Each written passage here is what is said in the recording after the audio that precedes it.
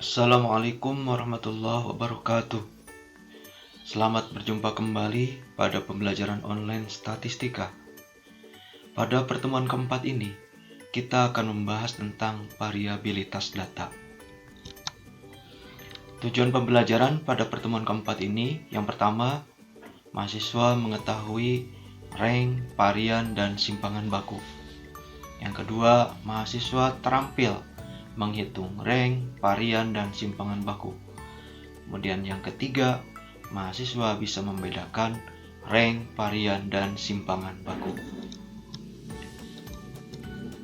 Untuk menjelaskan kelompok, dapat juga didasarkan kepada tingkat variasi data pada kelompok tersebut. Kalau minggu yang lalu kita membahas tentang tendensi sentral dalam menjelaskan kelompok, maka pada minggu ini kita akan menggunakan variabilitas data dalam menjelaskan kelompok. Variabilitas data dalam kelompok dapat dilihat dengan menggunakan rank data, varian, dan simpangan baku. Ukuran variabilitas mengekspresikan secara kuantitatif sejauh mana skor-skor dalam distribusi menyebar, sekitar, atau berkumpul bersama. Jadi, variabilitas itu menggambarkan sejauh mana skor-skor dalam distribusi itu menyebar atau berkumpul. Nah, untuk menjelaskan sejauh mana menyebarnya, besar atau kecil, itu digunakan variabilitas data. Ukuran variabilitas ini mendeskripsikan sebaran suatu keseluruhan himpunan skor, tidak menentukan sejauh mana skor tertentu menyebar dari pusat grup. Jadi, variabilitas data ini hanya mendeskripsikan sebaran data saja, tidak menentukan sejauh mana skor tertentu berada dari pusat grup, karena itu akan dibahas pada skor baku Z ya. Jadi variabilitas ini hanya mengukur sebaran datanya saja. Yang pertama adalah rentang data atau rank. Rentang adalah perbedaan antara skor tertinggi dengan skor terendah dalam distribusi.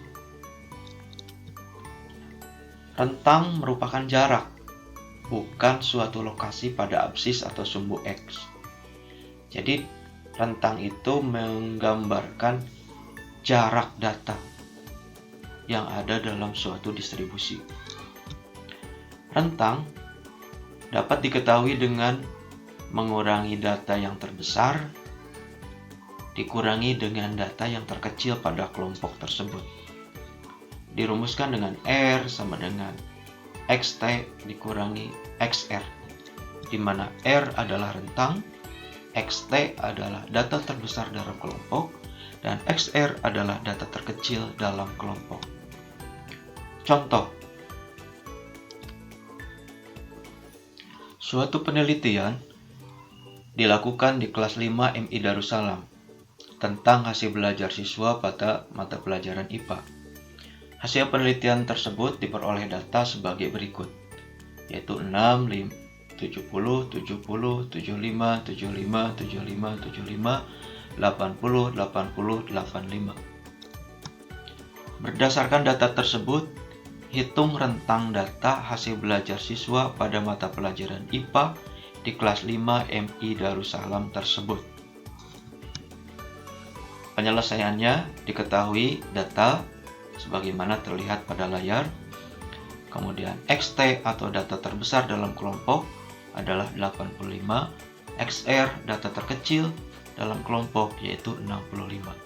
Yang ditanyakan berapa ranknya? Jawab, R sama dengan XT dikurangi XR. Data terbesar dikurangi data terkecil. Berarti 85 dikurangi 65. Hasilnya adalah 20. Jadi ini adalah ranknya. Jadi sebaran data pada data tersebut adalah 20. Apa sih sebenarnya yang ditunjukkan oleh rank itu? Semakin besar rentang suatu data, maka semakin bervariasi data tersebut. Sebaliknya, semakin kecil rentang suatu data, maka semakin homogen data tersebut. Mari kita bandingkan dua data di bawah ini. Data pertama, data terkecilnya adalah 65 dan data terbesarnya adalah 85. Sementara data yang kedua, skor terkecilnya adalah 75 dan skor terbesarnya adalah 85. Jumlah datanya sama, yaitu 10, tetapi ranknya berbeda. Kalau data pertama ranknya adalah 20, sementara data kedua ranknya adalah 10. Sebagaimana diketahui ya, menghitung rank itu adalah data terbesar dikurangi dengan data terkecil atau skor terkecil. Diperoleh berarti 20. Nah, untuk data yang kedua, 85 dikurangi dengan 75. Nah, diperoleh ranknya adalah 10. Nah, kedua data ini memiliki jumlah data yang sama, yaitu 10. Tetapi rentangnya berbeda. Yang pertama 20, sementara rank yang kedua adalah 10.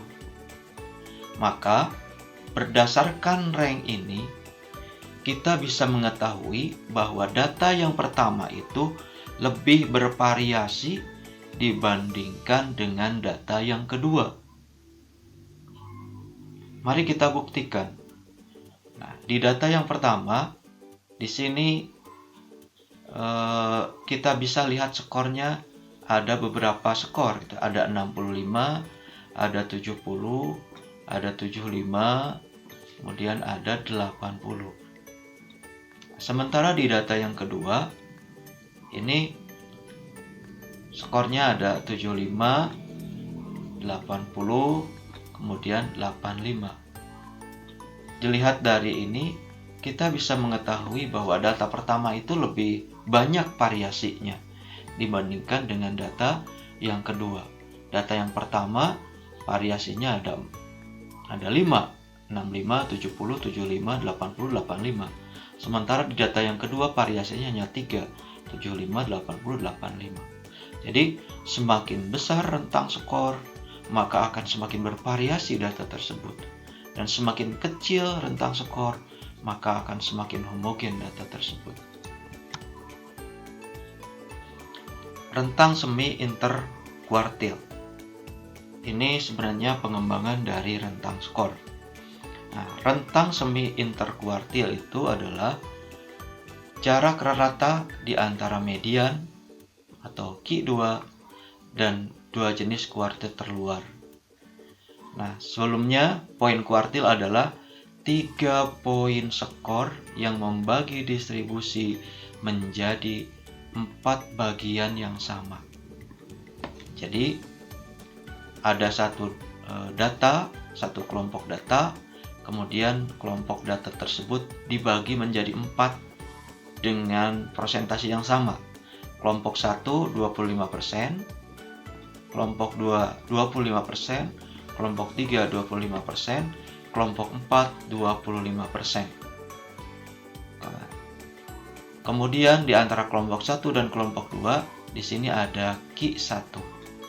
Antara kelompok 2 dan kelompok 3 ada Q2. Q2 ini sama dengan median karena dia nilai tengah. Kemudian antara kelompok 3 dan kelompok 4 ada Q4.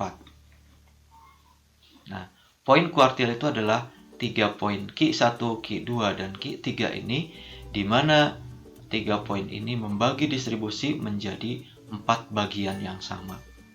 Nah, untuk menghitung rentang semi interkuartil digunakan rumus Q sama dengan Q3 dikurangi Q1 dibagi 2. Ini sesuai dengan definisinya ya, bahwa rentang semi interkuartil itu jarak rata di antara median dan 2 titik kuartil terluar.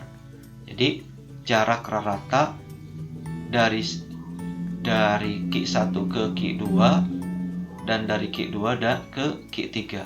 Maka caranya adalah Q3 dikurangi dengan Q1 kemudian dibagi 2. Contoh reng semi interkuartil. Suatu penelitian diperoleh data sebagai berikut. Silakan dilihat datanya. Nah, berdasarkan data tersebut, hitung rentang dan rentang semi interkuartil data. Yang pertama, rentang. Kalau rentang mudah, tinggal mengurangi data terbesar yaitu 85 dengan data terkecil yaitu 65. Diperoleh rentangnya adalah 20. Yang kedua adalah rentang semi interkuartil. Nah, untuk menghitung rentang semi interkuartil, yang pertama kita harus lakukan adalah membagi data menjadi 4 bagian yang sama. Di sini ada kelompok pertama, kemudian kelompok kedua, ini kelompok ketiga, kemudian ini kelompok keempat. Nah, untuk menentukan nilai Q1 ini, karena ini jumlahnya genap, maka 70 ditambah 70, maka 70 yang ini ditambah 70 yang ini dibagi 2, hasilnya adalah 70. Yang ini 75 ditambah dengan 75 dibagi 2, hasilnya adalah 75. Yang ini juga sama, 80 tambah 80, hasilnya adalah 80. Nah, jika datanya ganjil, maka ini tidak perlu dijumlahkan seperti ini ya. Karena Q3 ini langsung akan menunjukkan pada angka tertentu. Kemudian masukkan dalam rumus, Q1-nya, Q3-nya adalah 80, kemudian Q1-nya adalah 70, kemudian dibagi 2, berarti 10 dibagi 2 diperoleh adalah 5. Jadi rentang semi interkuartilnya adalah 5. Nah, itu yang pertama dalam variabilitas, yaitu rentang skor dan rentang semi interkuartil.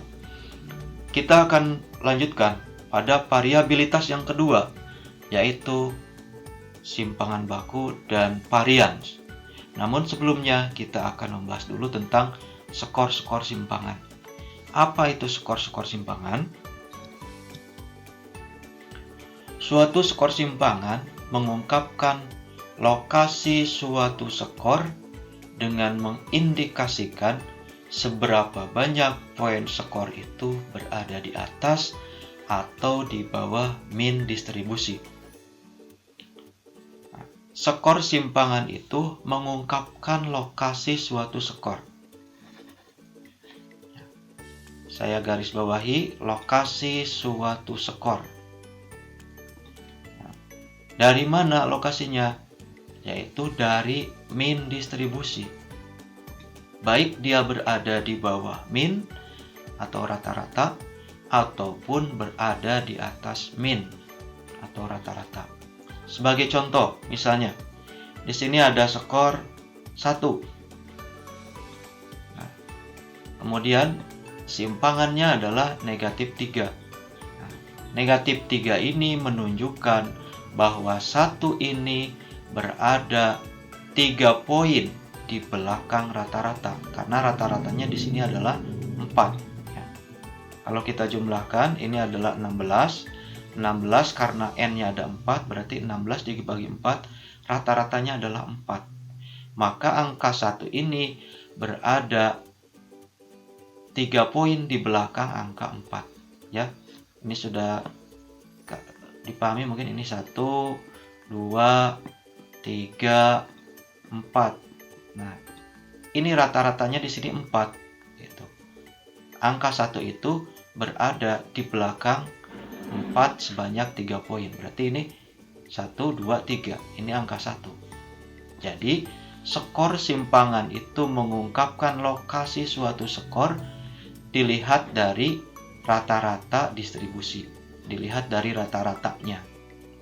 Sekali lagi, skor simpangan itu menunjukkan lokasi suatu skor dari rata-ratanya.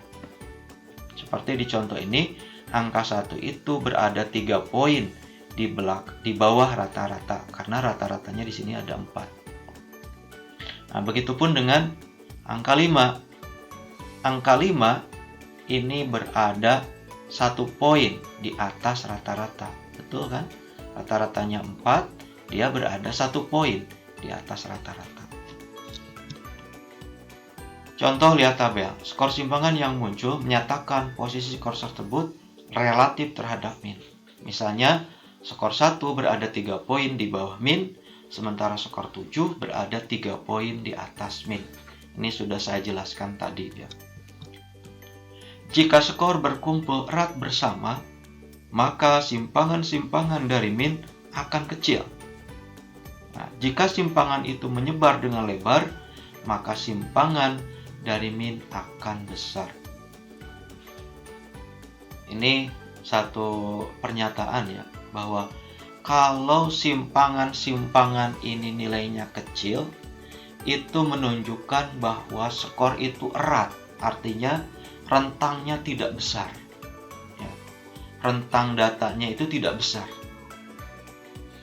Tetapi jika simpangan-simpangan ini besar, misalnya lebar, ya, maka menunjukkan bahwa simpangan dari minnya juga besar. Artinya, jadi simpangan ini kalau kecil, maka seperti ini, angka 5. Angka 5 itu simpangannya itu kan 1, berarti dia itu dekat sekali dengan rata-rata. Sementara yang 7 ini 3, berarti dia jauh dari rata-rata. Jadi kalau keseluruhan simpangan ini dijumlahkan dan hasilnya adalah kecil, maka berarti dia itu sangat dekat dengan rata-rata. Berarti berkumpul erat bersama. Tapi kalau simpangan ini nanti dijumlahkan ternyata hasilnya besar, maka itu menunjukkan bahwa data itu menyebar lebar. Nah, itu terkait dengan skor-skor simpangan. Kita akan membahas dua konsep variabilitas yang berdasarkan skor simpangan, yaitu varian dan simpangan baku. Jadi, nanti kita akan menghitung variabilitas yang didasarkan kepada skor simpangan. Di sini kita akan membahas yaitu varian dan simpangan baku. Ini pembahasan antara varian dan simpangan baku akan disatukan karena ada keterkaitan antara varian dan simpangan baku. Varian itu adalah jumlah kuadrat semua simpangan skor individu terhadap rata-rata kelompok. Jumlah kuadrat semua simpangan skor individu terhadap rata-rata kelompok. Untuk lebih jelasnya nanti kita dibahas dalam rumus ya. Sementara simpangan baku atau biasa juga diistilahkan dengan standar deviasi. Jadi simpangan baku itu ada yang bahasa Inggrisnya standard deviation. Simpangan baku, jadi kalau mendengar istilah standar deviasi itu sama simpangan baku. Nah, simpangan baku itu adalah akar dari varian. Berarti kalau nanti varian yang sudah ditemukan tinggal diakar saja, hasilnya adalah simpangan baku. Varians untuk populasi biasanya dilambangkan dengan sigma. Sigma ini ya, dilambangkan dengan sigma kuadrat. Sementara varian untuk sampel biasa dilambangkan dengan S. Nah, standar deviasi atau simpangan baku untuk populasi biasa dilambangkan dengan sigma. Kemudian untuk sampel S. Mohon maaf ya, tadi untuk varian untuk populasi adalah sigma kuadrat, untuk sampel adalah S kuadrat. Sementara untuk standar deviasi sigma saja, kemudian untuk sampel S saja. rumus varian dan standar deviasi. Nah, ini yang paling atas adalah rumus varian untuk populasi, sementara untuk yang di bawah ini adalah rumus varian untuk sampel.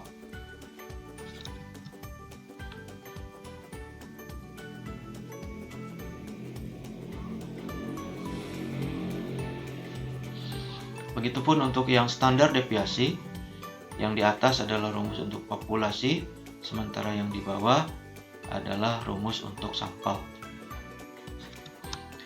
Notasi-notasi ini keterangannya sebagai berikut. Sigma kuadrat adalah varian populasi.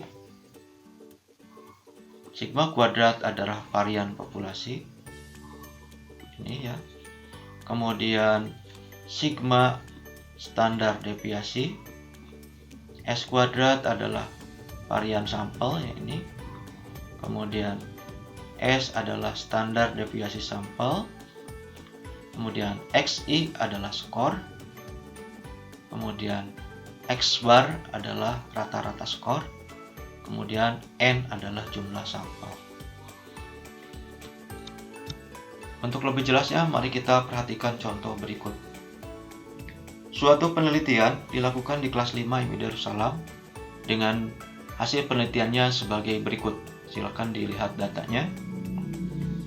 Nah, berdasarkan data tersebut, hitung varian dan simpangan baku dari data tersebut.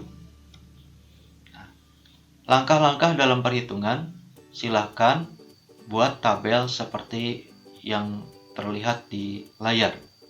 Di sana ada kolom nomor siswa, kemudian ada skor XI, kemudian ada simpangan XI dikurangi X bar, kemudian ada simpangan kuadrat XI dikurangi X bar yang dikuadratkan. Langkah pertama setelah kita membuat tabel adalah hitung banyaknya data. Nah, ada berapa datanya? Di sini kebetulan datanya ada 10. Setelah dihitung datanya, kemudian hitung jumlah data atau jumlah skor sigma XI. Ini kan XI, jumlahkan data XI ini semuanya, hasilnya menjadi sigma XI ini. Jika sudah dijumlahkan data tersebut, kemudian hitung rata-ratanya. Berarti rata-rata itu tinggal sigma XI dibagi N, 750 dibagi 10, diperoleh rata-ratanya adalah 75. X bar ya. X bar itu adalah rata-rata. Jadi diperoleh rata-ratanya adalah 75. Selanjutnya, hitung simpangan. Skor simpangannya hitung dari setiap data.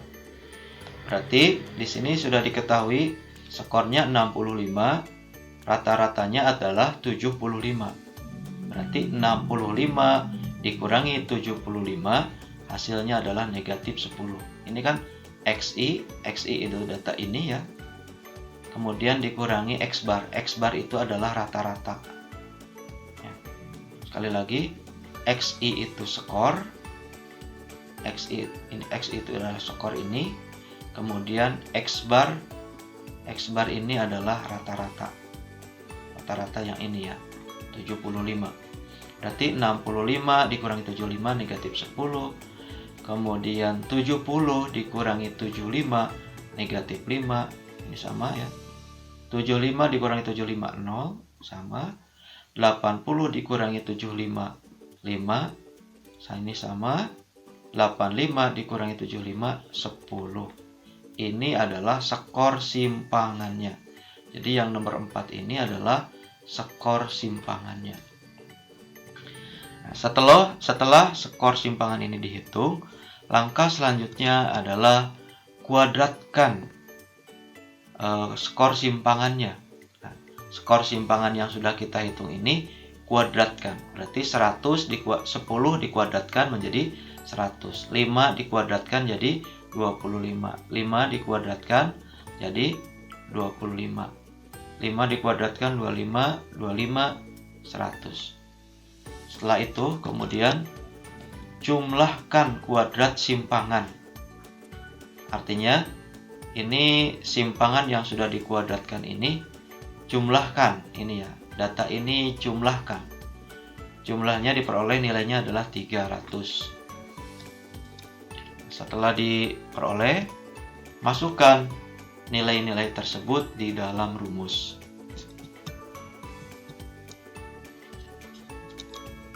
Ini rumusnya. Tadi sudah diketahui bahwa sigma xi dikurangi x bar kuadrat itu adalah 300 ya. Coba kembali lagi ke belakang supaya lebih jelas. Ini ya, sigma xi dikurangi x bar dikuadratkan itu 100 ya. 300, mohon maaf. Kemudian n-nya 10, maka diperoleh variannya adalah 30. Jadi diperoleh variannya adalah 30. Kemudian berapa simpangan bakunya? Simpangan baku itu kan akar dari varian. Berarti simpangan bakunya adalah akar dari 30 diperoleh nilai 5,47. Dengan demikian, maka simpangan bakunya adalah 5,47 dan variannya adalah 30. Timbul pertanyaan, bagaimana cara menghitung standar deviasi atau simpangan baku untuk data yang bergolong? Data bergolong itu adalah data yang memiliki kelas interval. Kemarin kita sudah dibahas di pertemuan kedua tentang bagaimana membuat distribusi frekuensi dengan kelas interval. Nah, ada pertanyaan, bagaimana cara menghitung standar deviasi atau simpangan baku untuk data bergolong?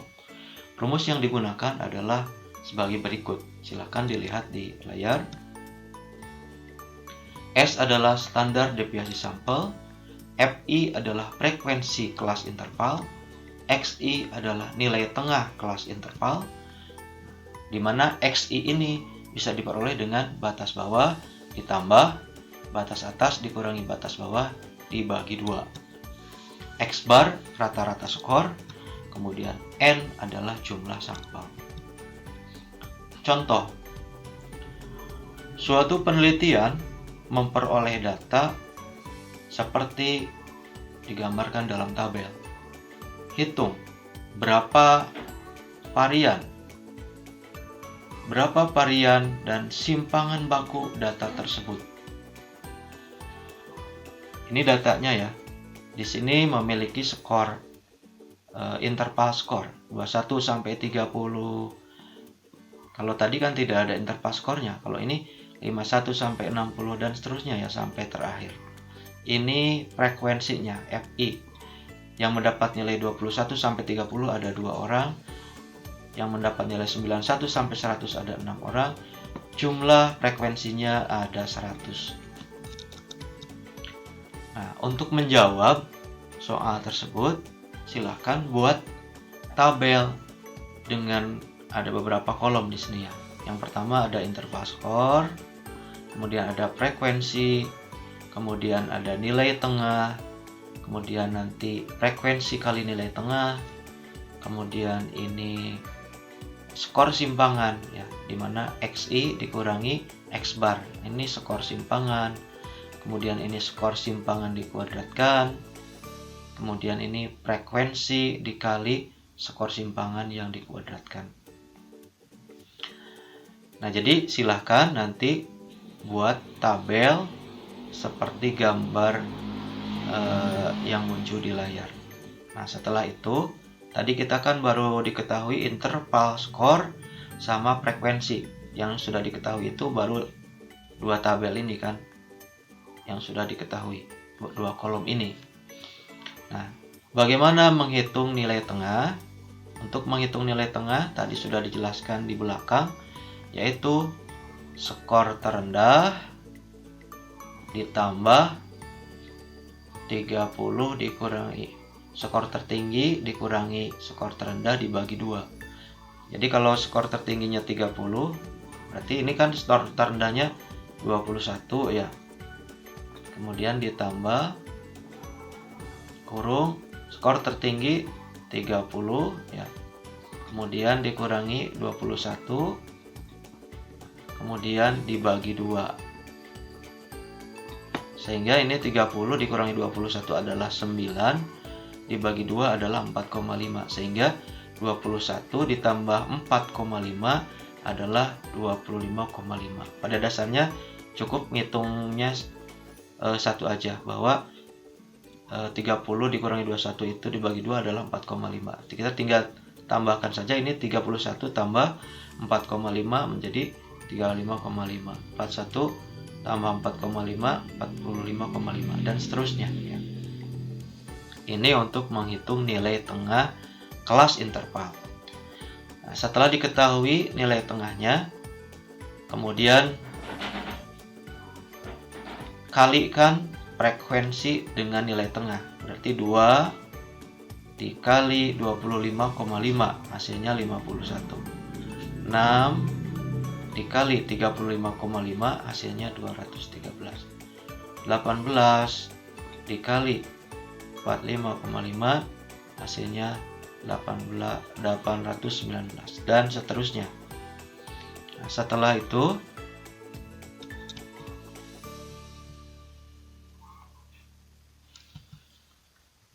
setelah ini langkah ketiga ya, kalikan frekuensi dengan nilai tengah.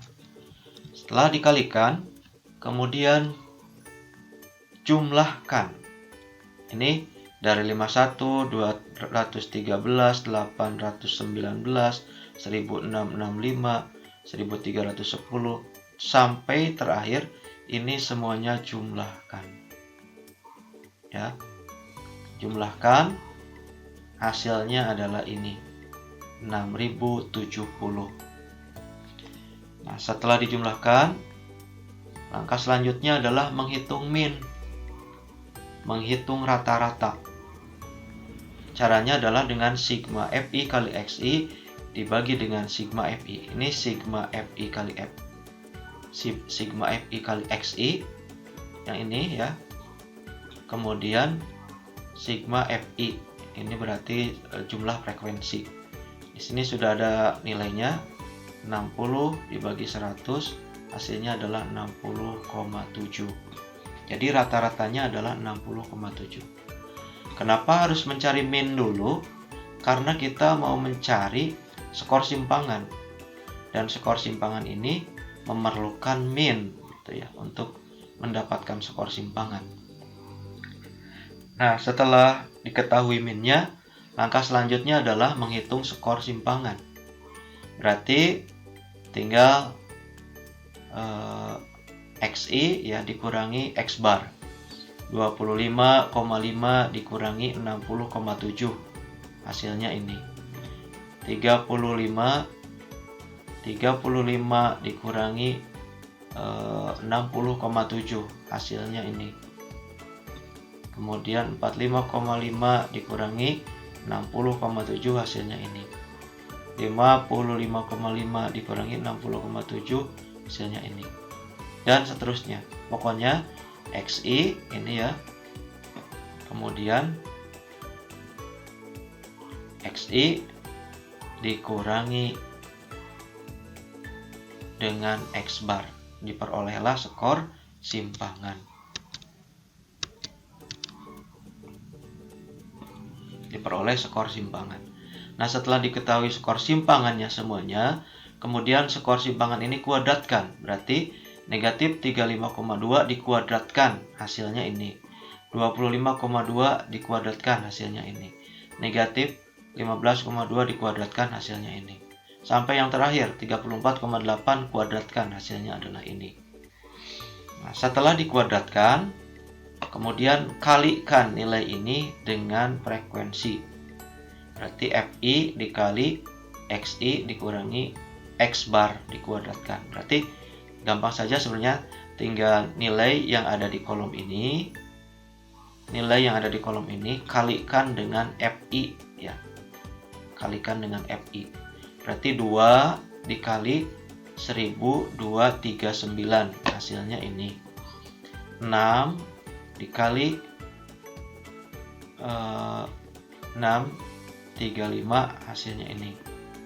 18 dikali 231 hasilnya ini. Sampai yang terakhir 6 dikali 1211 hasilnya ini.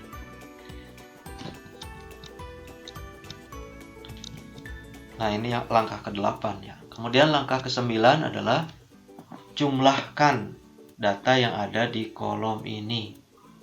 Jadi data-data yang ada di kolom ini jumlahkan, hasilnya adalah ini 26.096.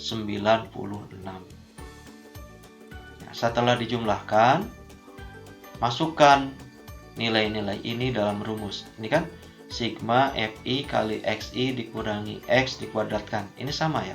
Sigma FI kali XI dikurangi X bar dikuadratkan. Berarti nilainya sudah ada.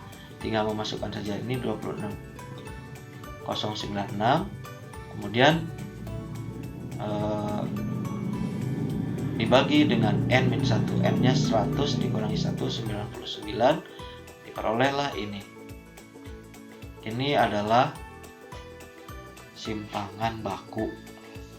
Kalau tanpa diakar, ini adalah varian.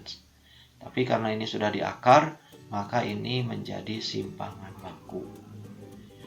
Demikian cara menghitung simpangan baku untuk data yang memiliki kelas interval.